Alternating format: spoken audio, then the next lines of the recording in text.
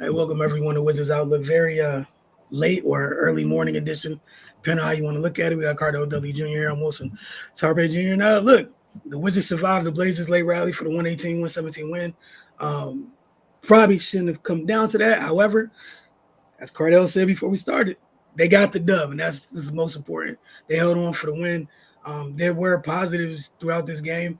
However, there were some other things that were a little concerning as well. Second chance points, offensive rebound and leading to better shots for the Blazers. Then obviously, their best player gets going a little bit late and they explode in the fourth quarter. Fortunately for Washington, there was a couple bounces went their way. However, hit enough free throws down the stretch. But Cardell, your thoughts on them getting a win on this road trip? We know how this road trip's been going. Yeah, we all knew coming in that the Blazers were probably is one of the worst teams in transition defense, and the Wizards really jumped on that. They really did, and that's why they were able to build an 18-point lead throughout most of the game. They ran it down and threw makes and misses, man, and they took advantage of the fact that the Blazers don't get back. You know what I mean? And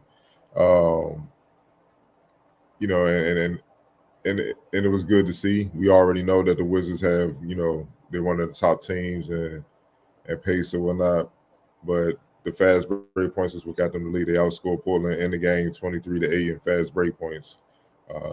Not only does Portland not get back defensively, they don't score a lot as well. So that was the formula. You heard Danny talk about at halftime. That was the formula was something that they really, really wanted to capitalize on and take advantage of. The problem was fourth quarter. We all know the Wizards have had their own defensive woes throughout the season. The thing is, Anthony Simons, he was quietly, doing what he does, just quietly.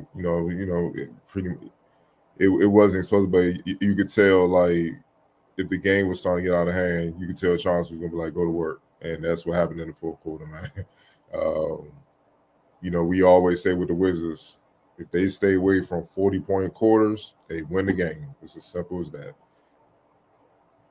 They almost lost the game because they almost gave over 40-point quarter. And it was dangerously close. They had 37-point. And then that fourth quarter, Anthony Simons, he really exploded. He scored 22 of his 41 points in that quarter, which is ridiculous to let one man go off, get to go off like that, man. But that's what happened. And it was ridiculous. He kept getting over for three. You would thought maybe after a couple, all right, take away his airspace, stay glued to him, make sure you don't get off. It didn't happen. Anthony Simons shot 5 for 7 from deep in the fourth quarter, 8 of 13 from the field overall. He was the human torch literally in that quarter, man. And whatever he missed, DeAndre Ayton cleaned up. 7 points and 8 rebounds, 7 offensive rebounds in the fourth quarter alone. 7. That's how they was able to damn near score 40 points in the quarter. They scored 37. And that's how they was almost this close to snatching a victory away from the Wizards. So while the Wizards took advantage of the lack of transition defense from the Blazers took advantage of the Wizards' rebounding woes, especially offensively. Chauncey Billups sent all 5 guys in that throughout the whole game crashing in for offensive rebounds. And it for the most part, it looked like, all right, it's just keeping you on the game. But in the fourth quarter, it wore the Wizards down. And that's when you have, the game getting close as it is as did when it shouldn't have been that close, as you said at the top of the show. Second chance points. Portland, 32 points. Washington, 11. That came from the offensive rebound. 20 offensive rebounds from the Portland Trailblazers. And they out-rebound the Wizards 51-37. That's why they were almost able to pull off this victory, man. But nonetheless, the Wizards put it off. Great defensive stop. Bilal Coulibaly, he's playing at all level. That tells you the trust that Wes Unseld Jr. has on him, man. Look, Jeremy Grant at the top of the key. Hey, Bilal, go get him. Win the game. And he held up. Michael Scholar came over to help the rookie. He ain't leave him on the island just to put an extra body, extra contest for Jeremy Grant. He missed the shot, and they were able to hold on, man, and that was huge. Kyle Kuzma Point Cool's back. You know what I'm saying? 32 points, 8 rebounds, 6 assists. He was huge. 50% from the field, 42% from 3-point range, 70% from the line. Portland can do nothing with him all night. He set the tone right away. He was cooking, and they didn't stop throughout the game. I thought Denny had a great game, almost knocking on the triple-double, 13 points, 11 rebounds, 6 assists, 4 or 7 from the field, man. He was just on one. He was playing bully ball. He was just, look, I'm going to make stuff happen one way or another. And I like when he's like that. He's not thinking too much. He's just attacking. He's just reacting.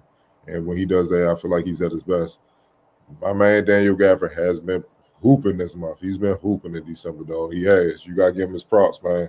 Look, man, 16 points, 8 rebounds, 4 steals, and 6 block shots in 31 minutes, 7 to 10 from the field. We always say throughout the season he's been battling for his life being an undersized big down there in the paint.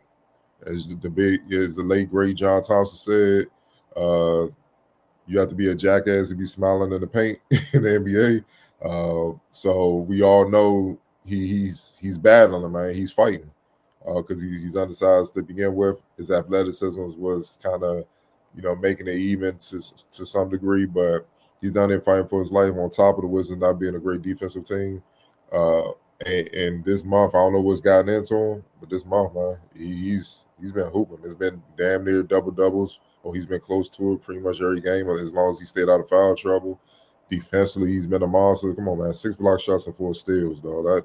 Come on, man. That's big time for one player, too. That's big time. And Tyus Jones been right there with him. His efficiency, 24 points, 3 assists, 3 rebounds. It's like the light switch. It just went off. It flipped. Like, yo, I'm just gonna be aggressive. Look, I've been sitting back trying to be, the traditional point guard, setting the table. All right, that ain't work. I'm going to work, and he's been on one too, and is on right in the last couple of weeks as well, man. So, all in all, great team win. Everybody, for the most part, contributed something to help make this possible. And look, I know the Blazers, people blame it's the Blazers, they 7-20, but bro, the Wizards need every win they can get. So, like, it's not the type to be all pessimistic all the damn time. Like, it's enough that they're going around, especially in sports media. So when you hoop, say you hoop. When you don't hoop, we're going to talk about that as well. Simple as that. So the Wizards could have laid down, especially after that jump ball late, where the Portland got the possession, and they could have fell flat on defense, been asleep, and then Jeremy Grant gets the easy basket. We've seen it happen time and time again throughout the season, but no, they held up. They stood strong. They got a much needed win, man. So kudos to them. As you said, Gaff and Tyus Jones been crazy consistently this month, as you mentioned. And Ayton having 10 of the team's 20 offensive rebounds, 7 of which in the fourth is nuts. Like you said, almost literally put them up over the hump. They hadn't led in the game, so their first had they gotten their first lead, it was for the win. That was it. Hell of a contest by Bilal in that moment. As you said, kudos to Mike Muscala helping over. But look, man, they came into this game with 3 wins. You got 4. Like, it is what it is. Can't look at it any other way. You need all the wins you can get, and that's it. Go ahead. You on mute. Came in with 4, got 5 now. Oh, sorry about it. You know what I'm saying? Like, you got look. I'm looking at. Hold on. Let me look at the. 12. Yeah, they got piled up like we keep saying, man. Just put a nice little streak together, and they're capable.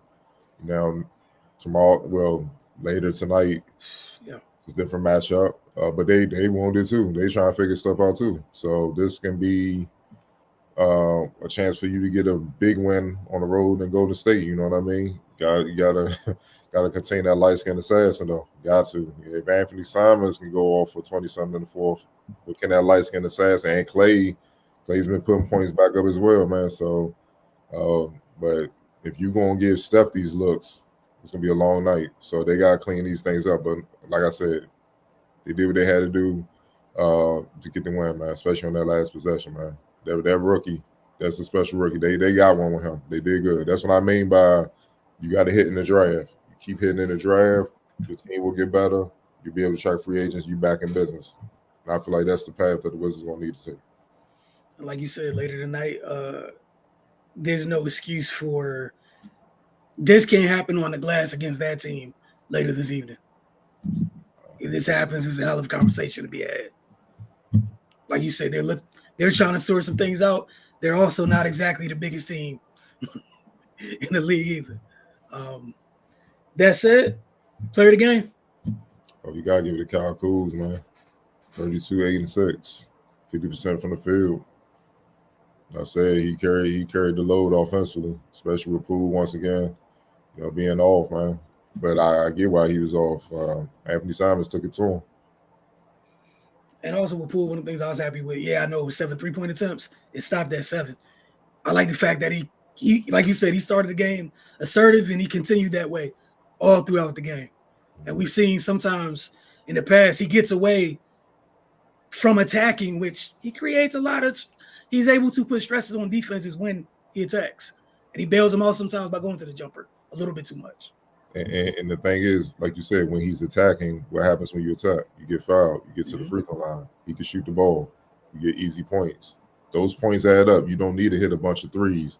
The old-fashioned three-point play, same thing. And what people don't understand, when you get the old-fashioned three-point play, that's actually worse because you're putting a foul on somebody. Now the other team have to adjust.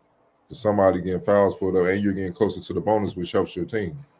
So, I mean, unless you high, you shouldn't be taking a barrage of threes, man. It's just, we all know what that's going to do. You can shoot your team literally to an L, and the Wizards have done that quite a lot this season. No lies told there. X Factor, before we get to the comments. They call him the landlord. Gaffer, man. Yep. I'm down there hooping, bro. 16 and 8 on 7 to 10. I'm like, good game. But bro, 6 blocks and 4 steals, man. Like, dog, that man was on his dream Olajuwon tonight, dog. Just like, I'm gonna dominate the defense man and the offense man, dog. Like, you know what I'm saying? Like, man, he been on one. He been on one, man, and he just got to keep this energy up. I love the way he's been playing this month, man. And like you said, and the only thing tonight that probably kept him from a double-double was foul trouble. That was it, just not being on the court. Because from what he's been, from a production standpoint, he's hit a consistent high this month. You got to appreciate it. Like, he dealing with a 7 foot, 250-pound center, man. And Aiden had a monster night. 23 and 16 in his own right, though. You know what I'm saying? So he got to hold up. He got to show up, and he did. But then he's helping other guys when they getting beaten and stuff like that. And keep in mind, he fouled out. He wasn't on the floor for that last possession. Mm-hmm. You see what I'm saying? So that's why they drove. They ain't drove something because they feel like he ain't in there. Michael Scarlett's not the most athletic big, but the Rook held up, man. That's why that was an impressive defensive stand with the game on the line. Because if we were to say, all right, they going to Portland, and it would come down to a defensive stop for the Wizards to win the game, would you have been confident they would have got that stop? With Gaff off the floor? No.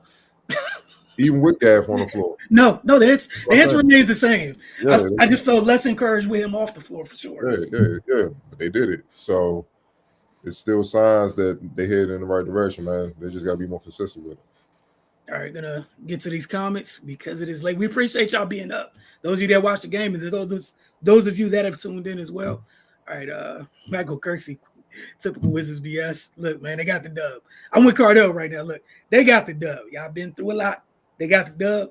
Keep it moving. At least you stayed up this late for a dub. All right. He said, "I'll take the win, but damn, got a hold of your seat for dear life." Just talking through it, which much of what you went through already. Simon's 20 in the fourth. Another big might help. A legit big. Gaff needs help. Shout out to Gaff, definitely fighting. Yes. And agreeing to your comments about Tyus. A win is a win. I'll take it. Area 11T can't believe they won or that I stayed up for this.